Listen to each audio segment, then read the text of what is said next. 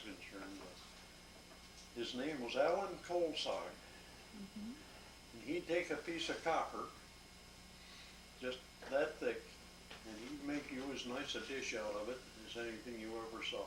Mm-hmm. Just a flat piece, there's no seams in it or anything else, but he'd keep pounding it on an anvil and smoothing it out. And he was really quite a coppersmith. Mm-hmm.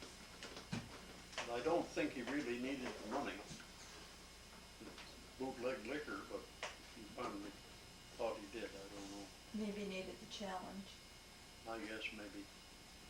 But he died, I took Florence over there to see where he went in, within 2 or 3 days after he went in there.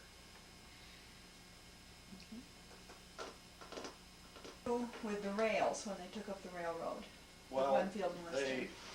a lot of them they cut up in the woods themselves and loaded on their cars and then brought them down, but a lot of them, they were full-length rails when they brought them in. Mm-hmm. They had a colored man here that would cut those rails in 2-foot lengths with a maul, or a heavy steel maul.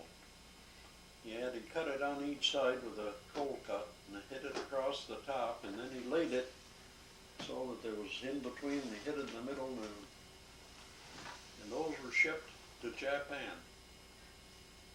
And what were they used for? Bullets. War. We got them back. Oh. And the ties. The What ties happened to were them? left laying right there. Mm-hmm. There are places where you can dig down and find the rotten ties, but they didn't creosote them. Mm-hmm.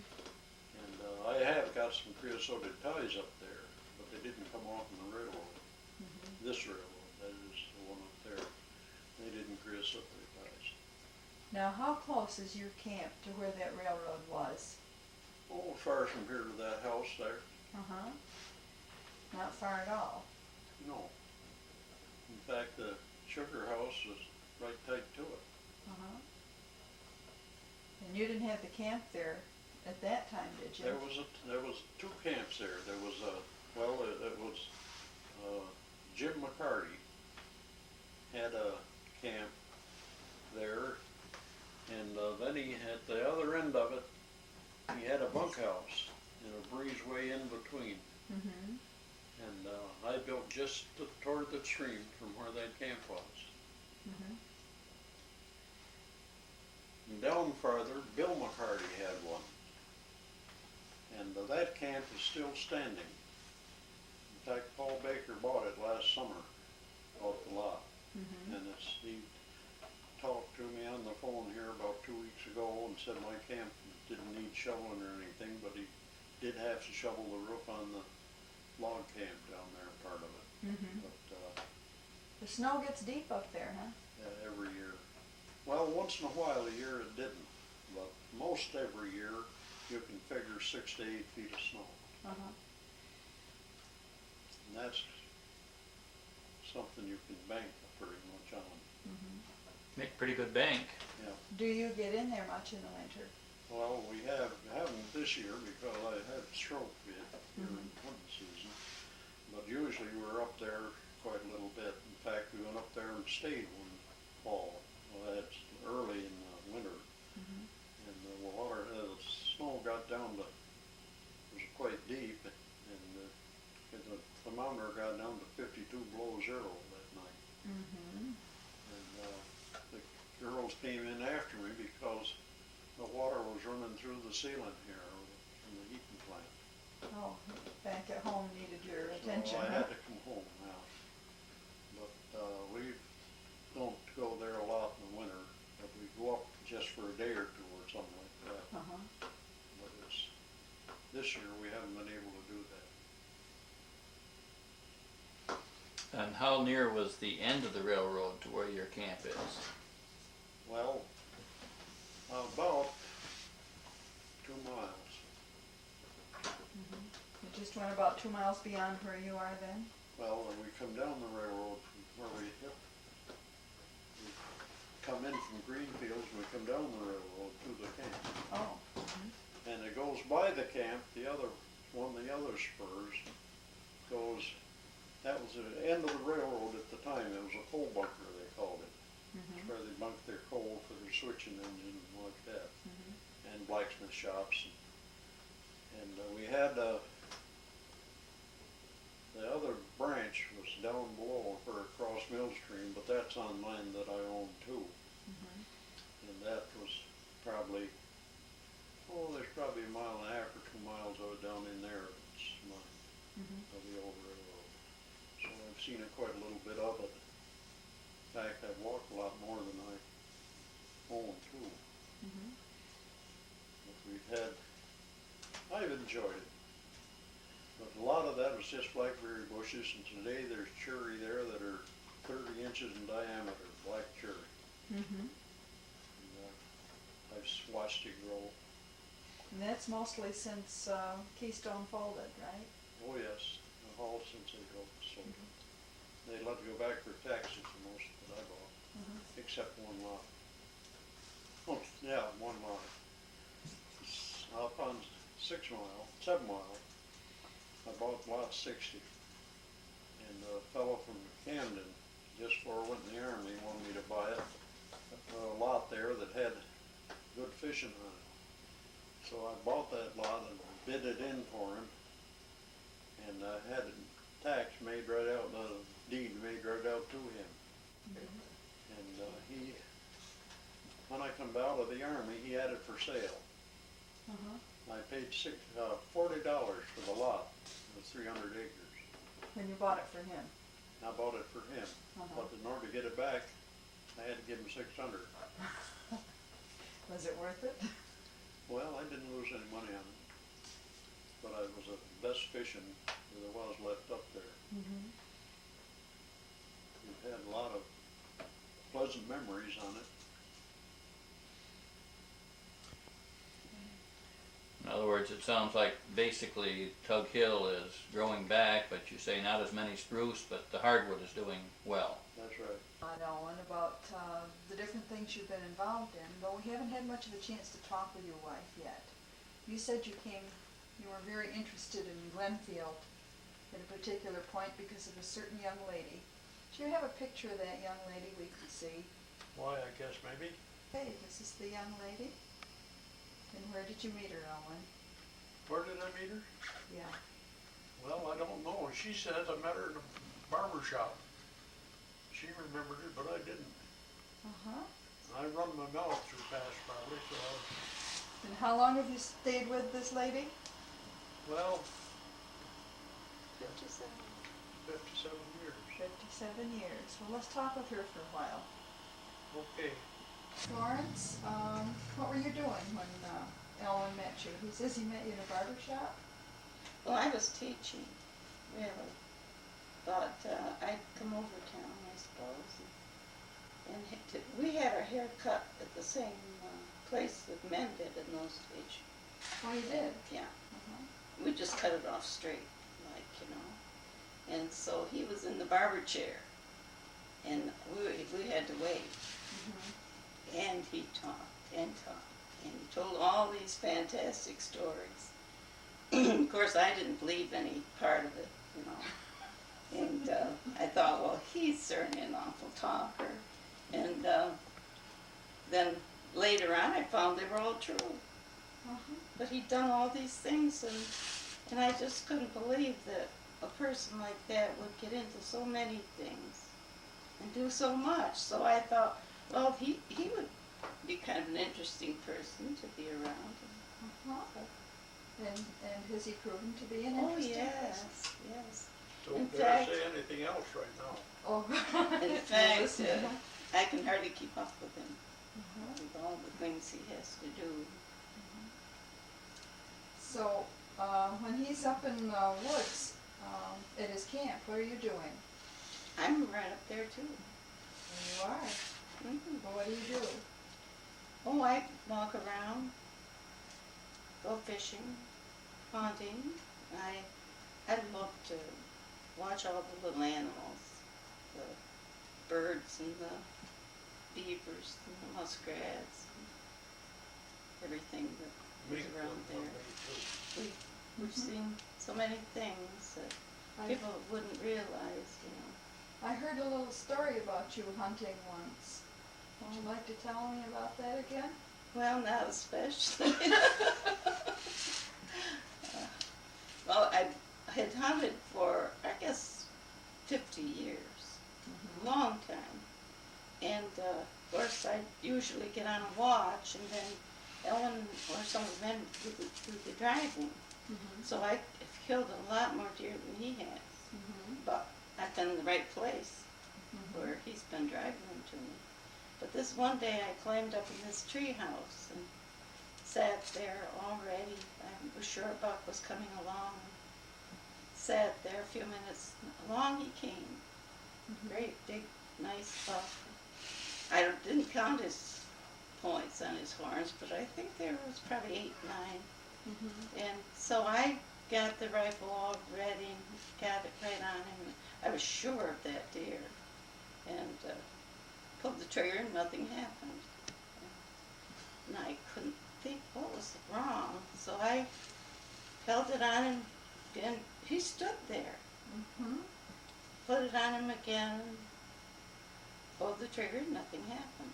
And then I took the gun down because I thought, well, there's something wrong with this rifle. And then, of course, he heard that, you know, made me click me the thing, and he went. And So what was wrong? What was wrong with I the didn't gun? have any shells in it. Why not? I forgot to put them in. Forgot to put the shells in. I told her. They advised me when you climb the tree, be sure and take the shells out. And so I did. To avoid an accident? Yes. Yeah, okay. And so after I got there, I forgot to put them back in again. That one just didn't keep you posted is what the next step was. Yes. Never did that before at all. It's funny. If she did it since, she didn't say anything about it. Oh, she didn't. So away went the deer. I understand you have some trails in your woods that you've marked. Oh yes, we mark our trails different colors so that we can say that we were on the white trail, the blue trail, or the red trail, or things like that. White trail. And I think maybe I could get around without them, but I think that people coming in, you know, would be able to travel on them better and know where they were. Do you have many visitors at your camp? Oh, yes, we have lots of people come in for the day usually. Sometimes they come and stay all night. Or during hunting season, of course, we have the camp full. How much time do you spend there? Well, in the summer we spend every weekend and sometimes during the week. When we're cutting logs, we stay probably a week at a time. Then it only gets lonesome, he has to go out. Now, For a how long few has it days. been since you cut logs? Well, I think it was summer before last. Year and a half, or 2 years. And who did you hire to come in and do it for you? Look me over, kid, look me Well, over. no one did the cutting, but, and drawing in and skidding, and of course I had to help him. Yeah. Then Hardin's trucks came and got the timber. So what kind of help did you do? Well, I was, what do you call that thing? Whistlepunk? Whistlepunk. Whistlepunk. I hooked the logs onto the chain to go on the tractor. So I got pretty good at that. Well, it's good exercise. So Elwin, your wife says summer before last you were cutting logs all by yourself Yes, with a little help from her. that's I right. thought you had a pacemaker. Well, the doctor told me I could do anything that I did before, so I went back cutting logs. Did he know what you did before? Didn't tell him, he didn't ask. Yeah. Well, pacemaker's not the only thing that's happened to you lately, is it? No, I had a new knee joint put in. I heard a rumor about you selling a piece of real estate, a little piece of real estate after that happened.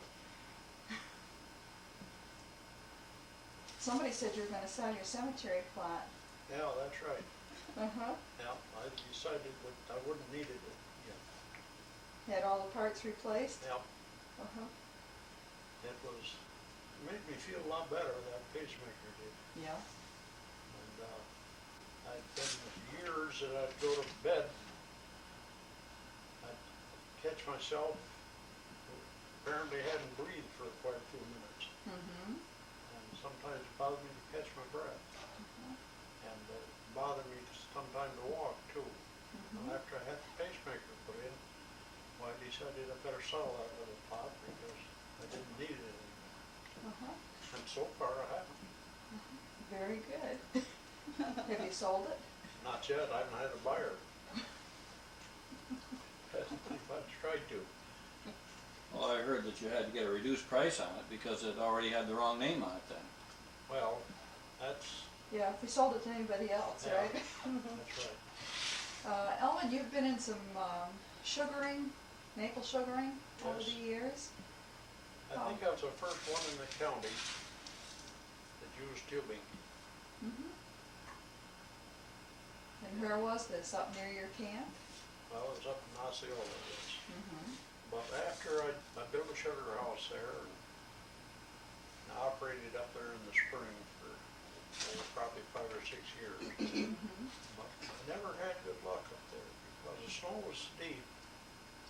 And by the time the snow got away from the roots of the trees, it had quit freezing nights. Mm-hmm. Well, then I moved down here to Glenfield and set up in the milk station, which was a lot handier. And I bought quite a lot of sap. I also tapped some of my own, but I bought quite a bit. And down here I boiled with steam, or finished off with steam.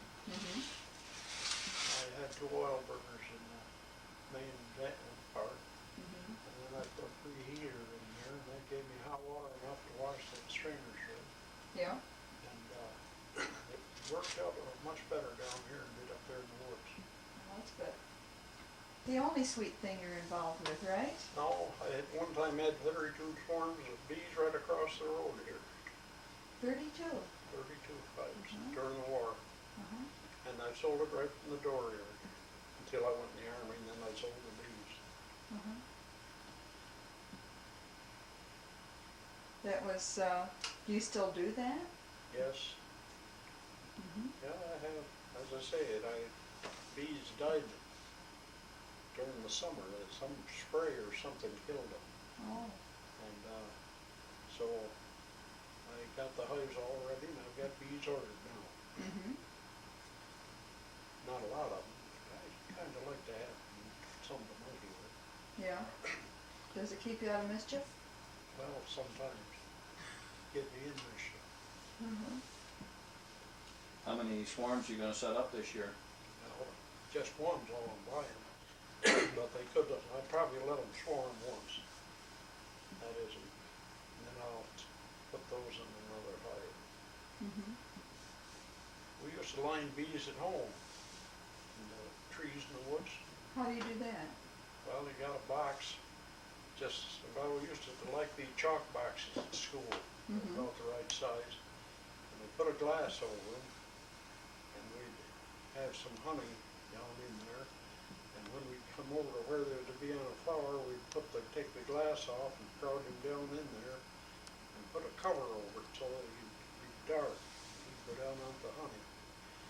Well, then when we got the honey, we'd take the glass off. We had a stool,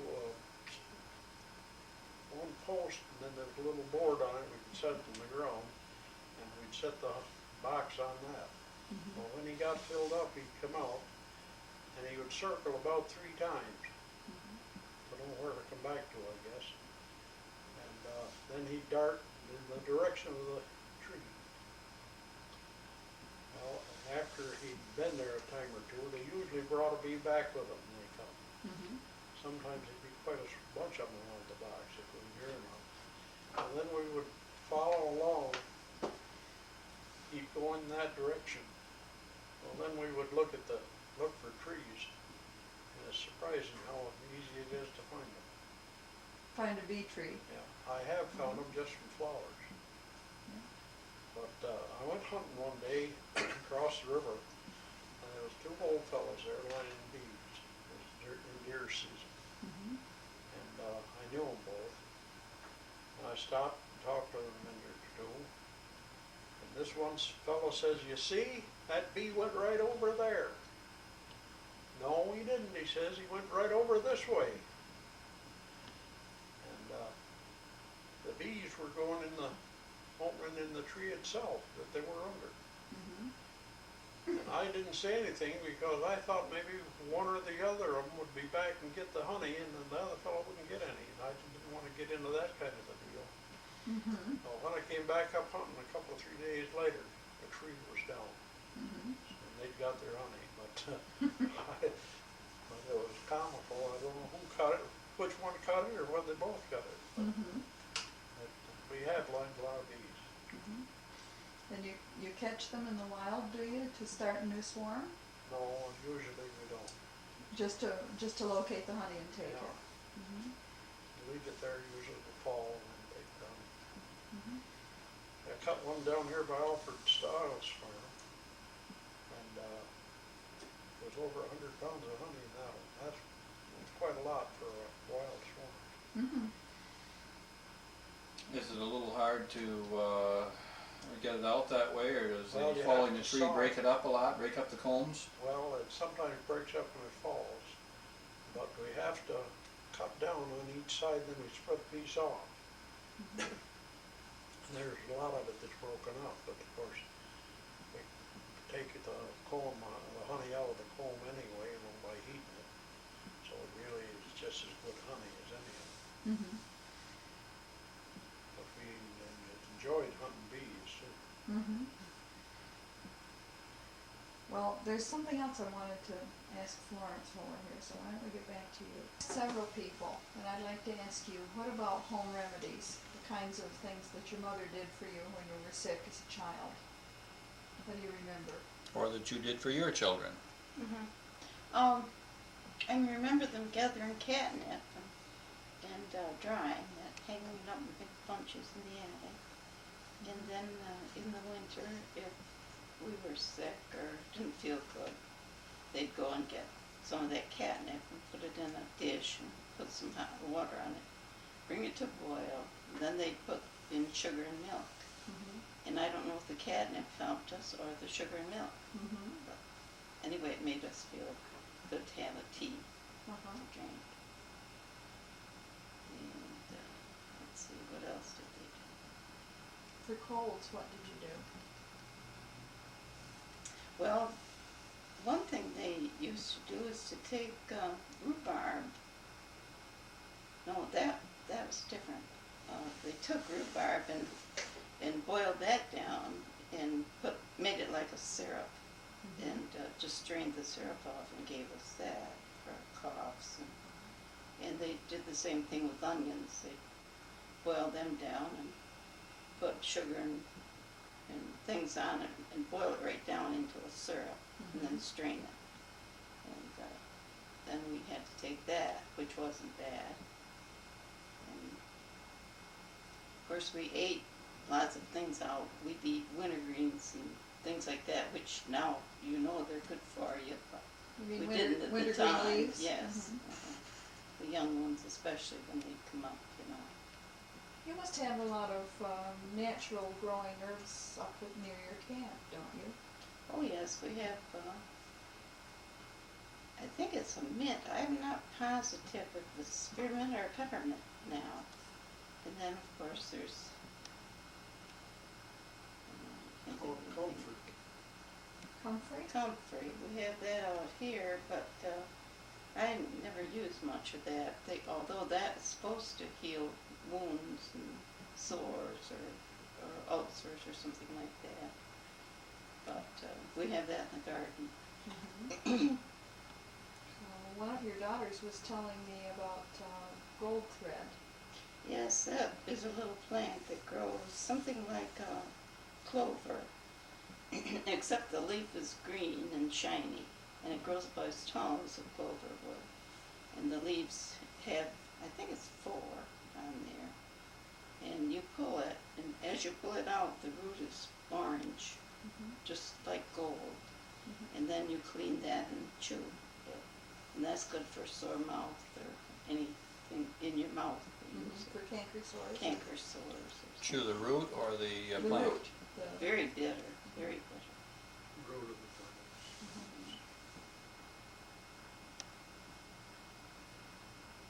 And those are the main home remedies that you remember, huh? Most that I remember, anyway.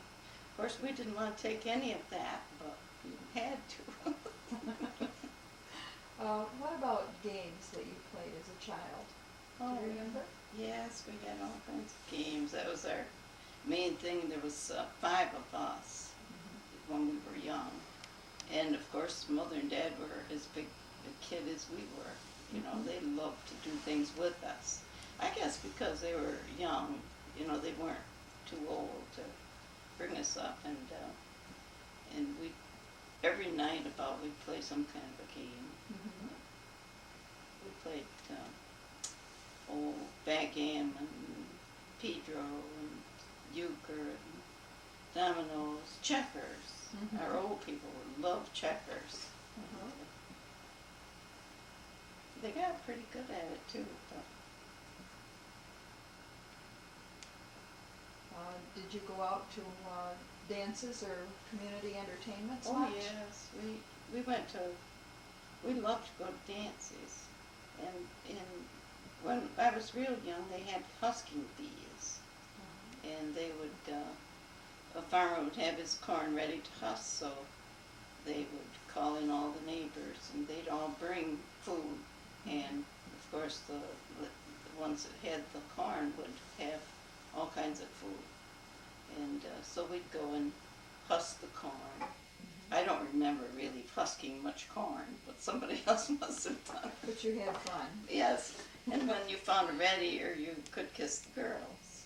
So I suppose the men were really looking for those red ears, you know. Weren't the girls?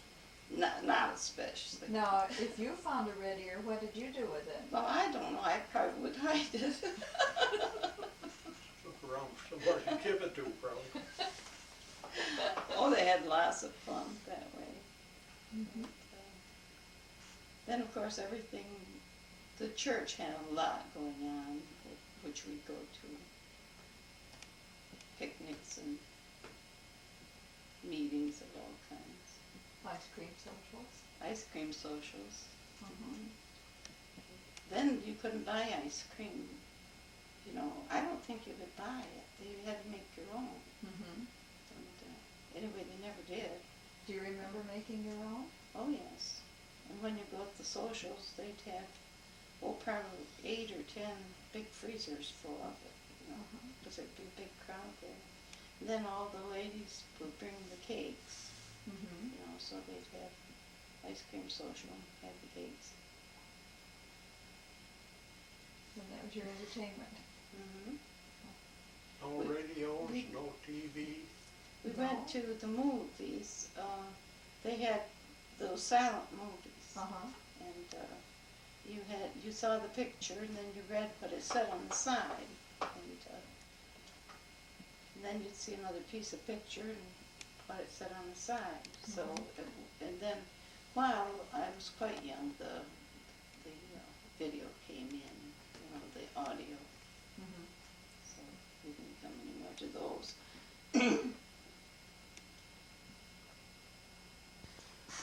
I think the days of the audio, and we didn't have that with the movie, but they had the printing and then the picture. I think people learned a lot easier, remembered what was said, and poems and like that remembered. And I think if they could do more of that in the schools today, then they'd have a lot better luck teaching certain children. You think if it's printed on the screen, in other words, when they see Yes. the picture, they learn it That's faster? right. I think it would help a lot.